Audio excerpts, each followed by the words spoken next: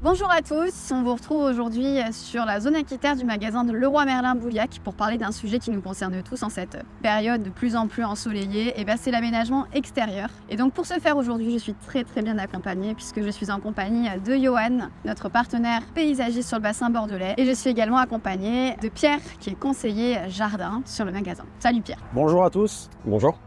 Pour commencer cette première partie, comme tout client, on s'interroge toujours sur une partie fondamentale de l'extérieur, ça va être la terrasse. On a pas mal de questions et je pense que vous vous questionnez aussi là-dessus. Quel revêtement de terrasse choisir? Quelles vont être les qualités et les défauts de chacun d'entre eux? Et donc du coup, là je m'adresse à nos professionnels du domaine.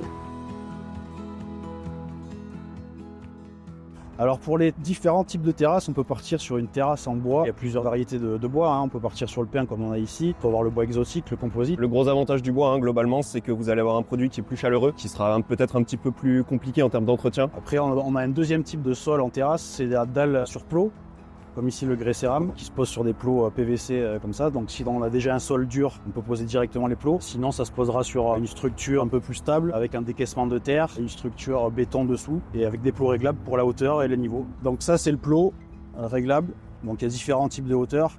Il se visse. Toutes les dalles vont être posées sur chaque angle. À chaque dalle il y aura un plot. Et on pourra intervenir dessus au niveau de chaque angle. Là, on est sur une dalle de 60-60, mais vous allez en avoir aussi dans différentes dimensions. En 120 par 40, avec un plot qui viendra au centre pour soutenir un petit peu l'aspect sensible de la dalle au milieu. Et puis, on peut avoir même du 80-80 pour les personnes qui aiment des dalles beaucoup plus grandes et qui donnent un effet de profondeur plus important. Alors, le gros avantage des dalles, et notamment du grès cérame, c'est qu'en termes d'entretien, à part un nettoyage au nettoyeur haute pression, éventuellement un coup de balai brosse, en soi, ça nécessite pas grand-chose. Et en termes de pose, même si vous le faites vous-même, c'est vrai que les plots à poser, c'est hyper simple, et ensuite venir reposer des dalles dessus, c'est tout aussi simple. Troisième type de terrasse, la terrasse minérale, donc qui sera soit carrelage comme un carrelage intérieur, soit avec des dallages de pierre naturelle. Sans oublier le travertin qui est quelque chose de très apprécié. Tout ça, c'est des produits qui se posent un petit peu plus difficilement que la dalle en grès cérame, mais qui pour autant sont très durables et sont à changer finalement quasiment jamais, sauf si vous avez envie de changer de style.